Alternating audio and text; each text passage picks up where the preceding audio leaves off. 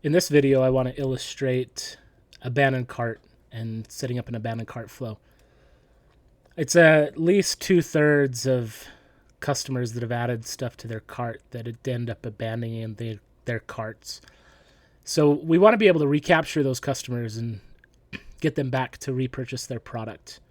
So we've added this node that allows us to check the e-commerce, whether it's Shopify or WooCommerce,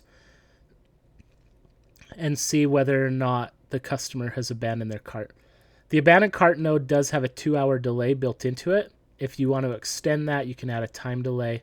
So we'll go ahead and drag a time delay over here to be able to extend that. Some people like to send it 4 hours afterwards. Some like to send it the next day. It just depends on your preference. We not only can we send emails to the customer to let them know they've abandoned their cart, but we can also send them an SMS text message. And in the email body and in the text message, just be sure to include the link to your store. Most often that is your store URL/cart. And that will take the customer directly back to the cart. Hopefully at some point we'll be more dynamic and be able to show the customer what they have in their cart within the email. But currently we're limited as to what we can do. But we do allow the ability to do this, and most often it's just /cart, and that will take the customer back to their cart, or it will take them to the login page where they can log in and view their cart. So we're going to wait 3 hours after the customers abandon the cart, and then we're just going to do check a has transaction. See just if they've had a transaction over the course of that 3 hours. If they have not had the transaction, then we're going to send that first email. That email is going to say something along the lines of, hey, you forgot something, or you can also be more fun and make it more brand specific and tailor make it to who you are as a brand. Maybe if you're selling grocery product, you're like, hey, don't let your food get moldy, hurry and go get it now. Or if you're an outdoor brand, say, hey, the mountains are calling, or something along those lines. You can be fun. So we're going to send that first email, then we're going to wait a day. And always, again, we're going to check to see if there's been a transaction, because we want to tell a different story if they've already purchased.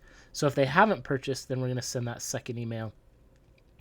And then that second email is going to be another gentle nudge. Maybe it's selling a benefit or a feature along your product, or selling your why. Then if they still haven't purchased, we're going to wait 3 days. Again, here, we do want to put in the has transaction. So before that email, I'm not showing that here for whatever reason, but we do want to make sure that we just check to see if there's a transaction each and every time. So, and then after that, then we can start to do some of the more data science features within Cinch. So in this case, we're going to check to their customer value segment.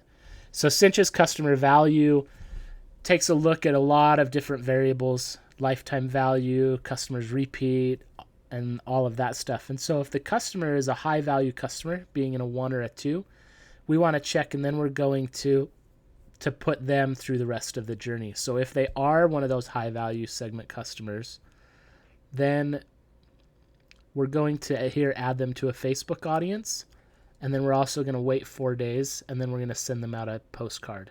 Again, we're going to check to see if there's been a transaction before we send that postcard. And then we can send out a postcard, and we can say, hey, we noticed that you forgot something. We just wanted to remind you to go check your cart. And in that postcard, we could even include a QR code.